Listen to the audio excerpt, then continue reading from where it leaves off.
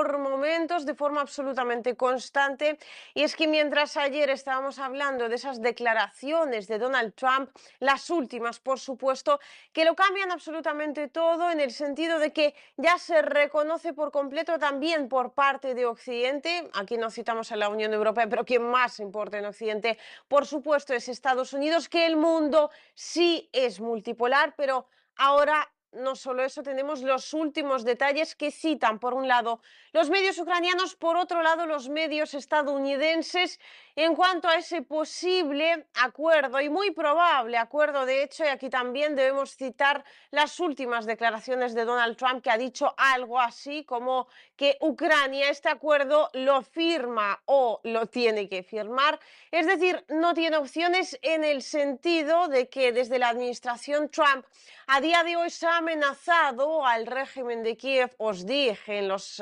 anteriores informes, hemos ido hablando sobre el hecho de que Donald Trump tiene muchísima memoria. Elon Musk tiene casi más memoria que el primero, que su compañero de gobierno. Y en este sentido, Zelensky llevaba tiempo sin caerles bien, ni de forma política, ni mucho menos de forma personal. Y parece que vía ese error garrafal absolutamente del régimen de Kiev, ahora se lo van a hacer pagar. Fijaos, inicialmente la propuesta venía desde Ucrania, pero aquí lo que tenemos que recalcar y lo que va como una especie de hilo conductor del informe de hoy es ese mensaje de quien ríe el último, ríe mejor, y hagan sus apuestas. ¿Quién va a ser ese que terminará riendo el último? Y de momento vamos con los hechos. En primer lugar, tenemos estas últimas declaraciones, ¿no?, de Donald Trump, donde decía que el acuerdo con Ucrania es absolutamente inevitable y amenazaba a Vladimir Zelensky con cortarle, bueno, amenazaba a la administración Trump, se quiere decir. Ahora las fuentes cercanas a la misma hablan del hecho de que existe una muy alta posibilidad, esto ya también lo comentamos, de que a Ucrania se le corte el acceso al servicio Starlink que Elon Musk en todo este tiempo, ¿no?, les ha estado prestando de forma absolutamente gratuita. Y encima, pues ellos la han estado criticando, no por ello, pero por todas las demás cosas, es decir, gratitud más bien poca. Y vamos, apuesto, a ver qué opináis vosotros, a que Elon Musk lleva un realmente buen tiempo esperando a que estos hechos sucedieran. Y fijaos la gracia de todo, y vamos a comenzar aquí como un poco desde lo lejos.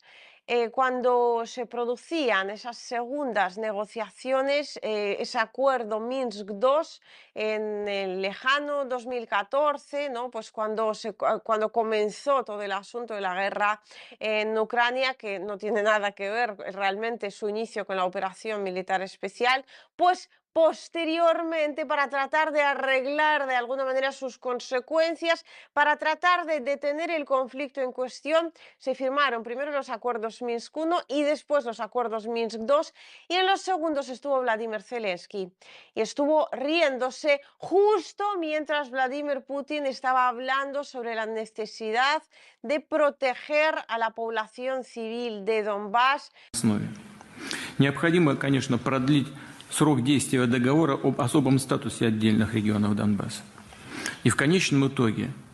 придать этой норме постоянный характер, как это и предусмотрено. Darles las garantías pertinentes a esas personas que lo estaban pasando tan mal vía agresiones ucranianas constantes. Esto lo he reportado aquí en infinidad de ocasiones y tenéis, quien quiera verlo, ¿no?, en YouTube, esa lista de reproducción que se llama Donbass. Testimonios, vamos, a cada cual, desgraciadamente peor, pero creo que a cada cual más necesario a la hora de conocer realmente lo que ocurre y lo que ha estado ocurriendo dentro del conflicto ucraniano. Pero entonces se reía Vladimir Zelensky. El conflicto siguió, luego pues derivamos en la operación militar especial, y una vez que cambia la administración Biden por la administración Trump, Zelensky entiende que a partir de ahora, muy probablemente, la ayuda militar estadounidense no se le va a dar de gratis y además conoce que Donald Trump no es que sea precisamente uno de sus mejores amigos, por algo fue que Vladimir Zelensky hizo campaña por los demócratas y además es un conocido empresario y pues quiere quedar como esa persona que sobre todo arregle en última instancia la economía estadounidense, de modo que a Zelensky se le ocurre la genial idea de decirle a Donald Trump que pues le ofrece una gran parte, una importantísima parte de las tierras raras que hay en Ucrania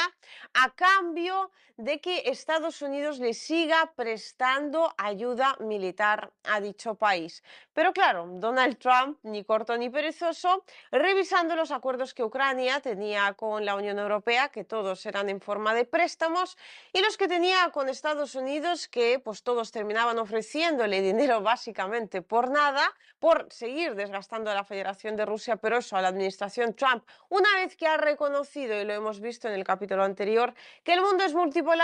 ya no le interesa ni por activa ni por pasiva, así que dice, sí, el acuerdo efectivamente está fenomenal, pero resulta que nosotros hemos entregado a Ucrania unos 500.000 millones de dólares y los queremos de vuelta. Es decir, no solo vamos a cobrarle a Ucrania el armamento que le prestemos a futuro, sino que queremos el dinero del armamento que ya le entregamos, parte del cual el propio Vladimir Zelensky en su momento dijo que simplemente no sabe dónde está. Y a partir de ahí pues se ha liado la marimorena. Vladimir Zelensky en un inicio se mostró dispuesto, ya os digo, el acuerdo en cuestión venía de él, lo que pasa es que Donald Trump en el aire renegocia los términos, pareciera que Zelensky estaba de acuerdo, al final termina diciendo que no, se desata todo este embrollo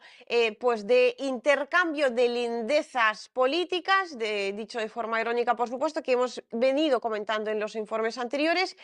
Y ahora llegamos al punto exacto en el cual os acordáis de aquel señor riendo de cuando se estaban a punto de firmar esos acuerdos Minsk II mientras Vladimir Putin estaba haciendo su declaración. Pues bien, a día de hoy, teniendo en cuenta que Ucrania no tiene absolutamente ningún tipo de palanca de presión contra Estados Unidos, lo ha dicho ya el propio Donald Trump, Estados Unidos lo sabe, también lo sabe Rusia, en realidad todo el mundo, menos quizás la Unión Europea, que es consciente de ello, pero la Unión Europea, tampoco se lo tengamos muy en cuenta, no es consciente ni siquiera ni de dónde queda parada, pero a partir de ahí, Zelensky ya no solo tiene que firmar el acuerdo anterior, sino que el acuerdo ha ido escalando a más y según la información que ofrece New Voice, medio ucraniano, y por otro lado The New York Times, medio occidental, y ahí lo que cuentan coincide, es decir, pues existe una información, llamémoslo así, que pudiera ser bastante verídica, a que al gobierno del régimen de Kiev, es decir, a Vladimir Zelensky casi de forma personal, desde Washington le llegó un acuerdo nuevo con el señor Kellogg, que hace nada estuvo precisamente dialogando con Vladimir Zelensky. El 21 de febrero, Zelensky pues recibe como esa especie de ultimátum, según esos dos medios, y en ese ultimátum tiene que firmar la constitución de un fondo de 500.000 millones de dólares, que se dice pronto, y de hecho hay fuentes que nos hablan y hay estudios, ¿no?, que dicen que en Ucrania no hay tantas tierras raras, es decir, que Zelensky pues ahí ha jugado un poco al despiste y de hecho la mayor parte, aún no habiendo tantas en toda Ucrania, la mayor parte queda del lado que a día de hoy controla la Federación de Rusia, pero sea como fuere. La suma es absolutamente tremenda, pero a partir de ahora, el régimen de Trump, por haberse negado Zelensky a firmar los acuerdos anteriores, ha ido endureciendo el acuerdo en cuestión, ha ido estrechándole de alguna forma el cuello, ¿no? y yo creo que se lo va a terminar estrechando hasta casi, casi, casi rompérselo, y de ahí que vienen pues esos rumores, ¿no? Que en principio se supone que salen de la propia Casa Blanca de que si no firman eso les cortan el Starlink, a ver qué hacen, porque en el campo de batalla pues estarán, ya tienen importantes problemas de comunicación, pero ahí pues estarán básicamente como gatitos recién nacidos que no van a ver absolutamente nada. Y claro, ya no solo estamos hablando de minerales, dice Donald Trump. Bueno,